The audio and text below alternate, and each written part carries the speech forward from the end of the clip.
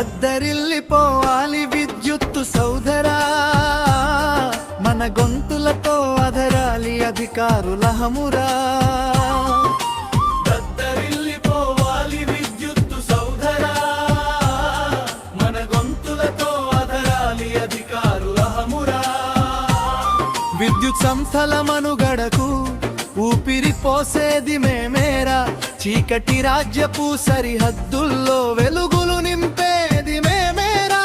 Sub స్టేషనులోన ఆపరేటరంటే అందరికీ అలుసైపోయేరా. దద్దరిల్లిపోవాలి విద్యుత్తు సౌధరా, మన గొంతులతో అదరాలి అధికారుల హమురా.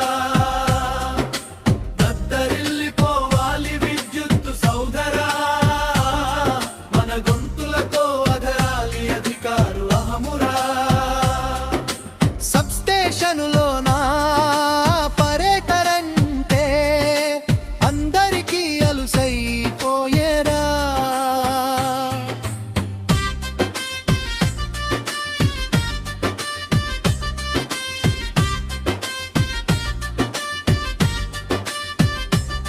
అర్ధరాత్రి వేళలోన కారు చీకటిలోన రీడింగు తీయాలని యార్డులోకి వెళితే కంటికేది కానరాక రాయి తాకి పడిపోతే గాలివాన హోరులోన ఫీడరు త్రిక్కు అయిపోతే ఏమైందో చూద్దామని యార్డులో అడుగు పెడితే తెగిపడిన లైను వైరు చీకట్లో కానరాక లలలికి తగిలింది, ప్రాణం త్రుటిలో తప్పింది.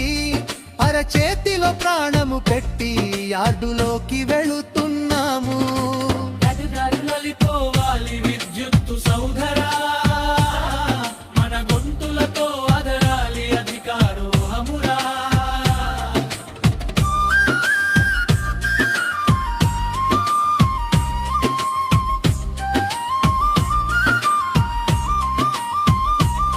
విష పురుగుల భయం మధ్య బ్రతుకు వెళ్ళదీస్తున్నాము. యార్డు లైటు వేయమని ఆఫీసరును అడిగితే అకులేదు పలుకులేదు, సమాధానమే రాదు. అర్ధరాత్రి ఆపదొస్తే దిక్కులేని స్థితి మాది. నలుగురు చేసే పనిని ఇద్దరితో చేయిస్తారు. మంచి నీళ్లు తాగుదామని రోడ్డు మీదకెళ్తే చాలు, అప్పుడే వస్తాడు సారు, చిర్రు బుర్రులాడతాడు. దద్దరిల్లిపోవాలి విద్యుత్తు సౌధరా, మన గొంతులతో అదరాలి అధికారుల హమురా.